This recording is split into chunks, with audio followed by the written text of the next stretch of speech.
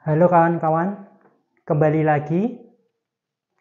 Hari ini tepatnya 10 September 2023, Pegadaian Liga 2 telah secara resmi dimulai.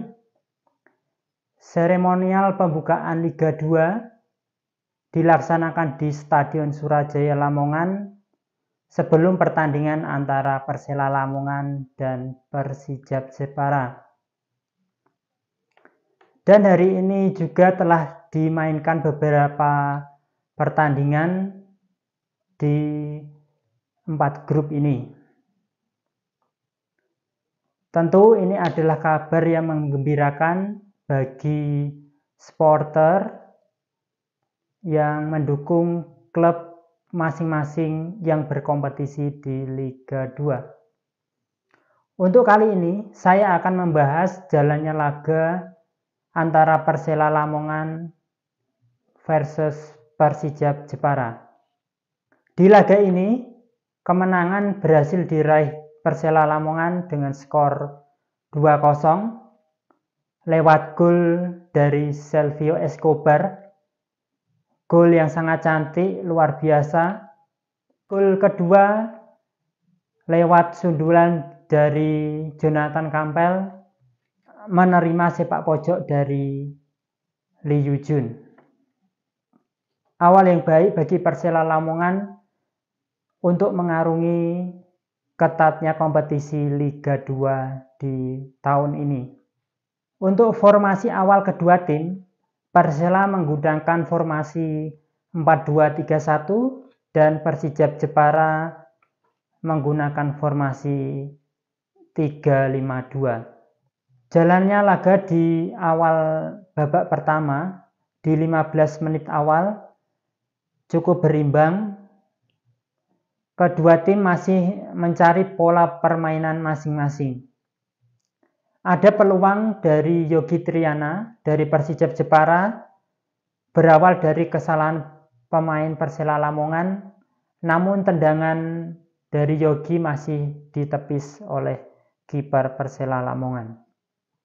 Setelah 15 menit awal, yang mampu mengembangkan permainan adalah Persela Lamongan dengan melakukan kombinasi umpan dan passing-passing yang membahayakan di sepertiga akhir pertahanan Persijap Jepara. Dari beberapa peluang yang dihasilkan Persela Lamongan, masih belum mampu menjebol gawang Persijap Jepara.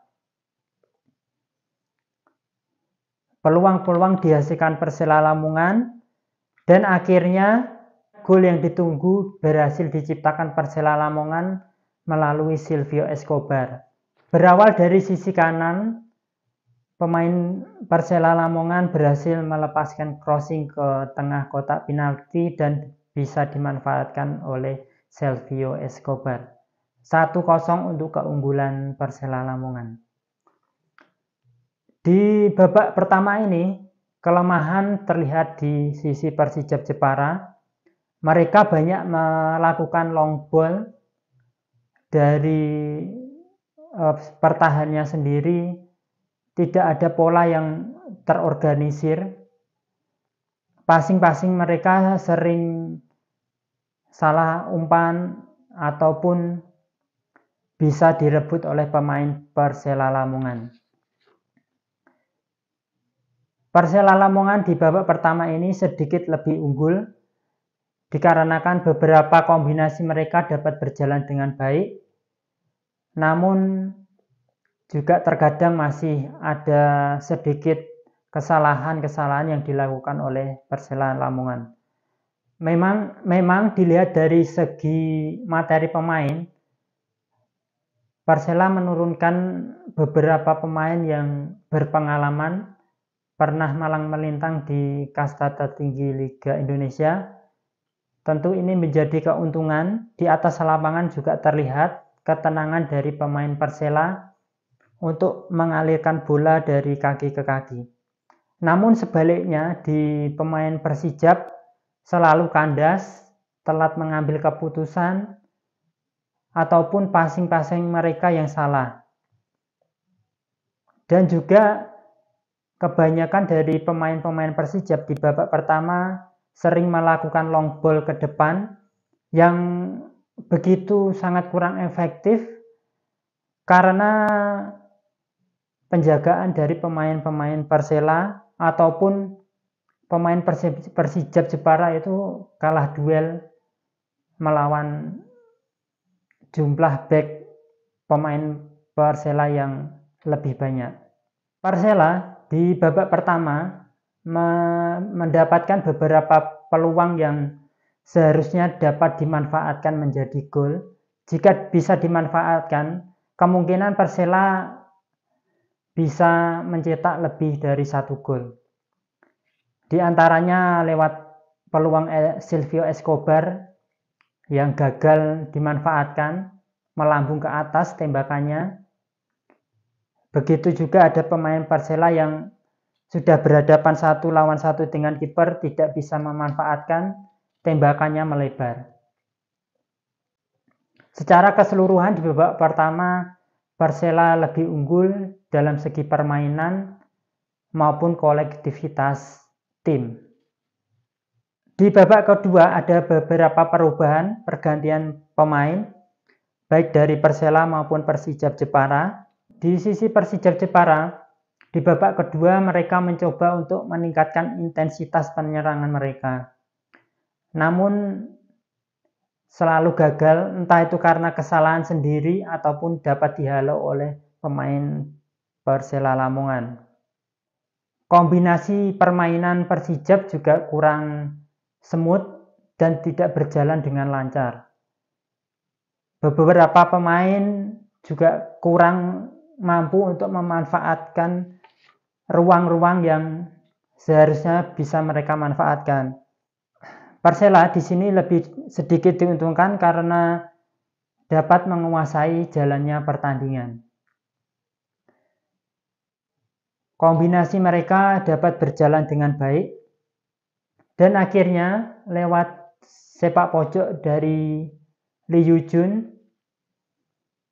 Jonathan Campbell berhasil menyarangkan gol ke gawang Persijap Jepara. Skor berubah menjadi 2-0. Setelah gol kedua, Persela Lamongan sedikit menurunkan intensitas serangannya dan mencoba untuk mengamankan zona pertahanan mereka. Respon yang diberikan Persijap Jepara yaitu dengan mencoba meningkatkan intensitas serangan mereka. Namun tetap saja Persijap tidak mampu membongkar pertahanan dari Persela Lamongan.